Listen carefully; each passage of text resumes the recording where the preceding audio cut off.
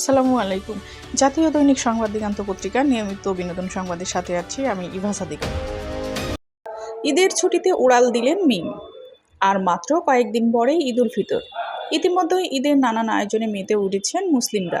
শুধু তারাই নন, ঈদ উৎসবে মেতে উঠেছেন চিত্রনায়িকা বিদ্যা সিনহা মিমও।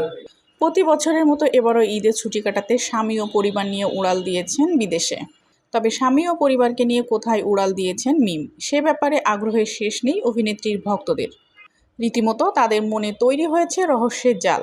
জানা গেছে পরিবার নিয়ে এবারের ঈদের ছুটি কাটাতে সিঙ্গাপুরে উড়াল দিয়েছেন মিম। সেখানে 1 সপ্তাহ থাকবেন এই অভিনেত্রী। ঈদের সময়টা একান্ত নিজেদের মতো করে কাটাতে দেশটিতে গিয়েছেন বলে জানিয়েছেন মিম। এ প্রসঙ্গে মিম বলেন, মূলত আমার মায়ের ইচ্ছাতে এবার সিঙ্গাপুরে ঈদ করছি সবাই মিলে।